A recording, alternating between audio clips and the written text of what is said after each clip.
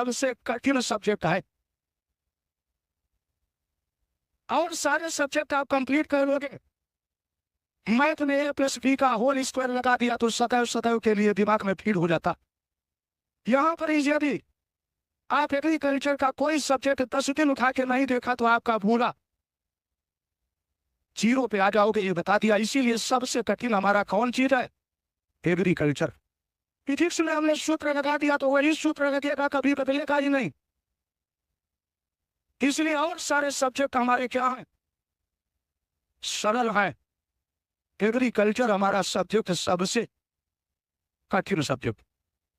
और कठिन भी क्यों ना हो, क्योंकि बीएससी जो हमारा बीएससी हमारा हानर्स होता है। यह हमारा 4 साल का कोर्स होता है। और सारे कोर्स हमारे कितने साल के हैं? 3 साल के। इसीलिए इसमें हानर्स लग के आता है।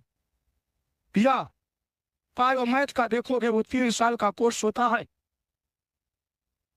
वहां पर हानर्स नहीं लिखा होता। क्या आपने बीएससी कहीं से भी किया? इसमें सेमेस्टर कितने हुए? 8 सेमेस्टर। कितने सेमेस्टर हुए? 8 सेमेस्टर। और एक सेमेस्टर में लगभग कितने कोर्स पढ़ते हो? 8 या 9 पढ़ते हो। हमने 8 एवरेज मान लिया, 10 भी पढ़ते हो और आगे लगा के ठीक है पीसीपी करते हो, तो ये कितने सब्जेक्ट हो गए?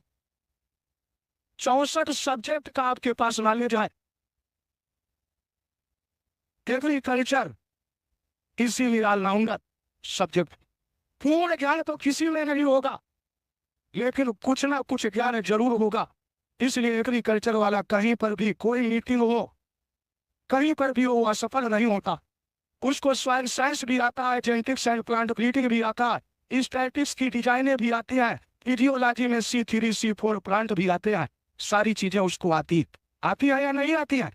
क्योंकि उसने 64 सब्जेक्ट पढ़ के पूरा अपना कोर्स किया,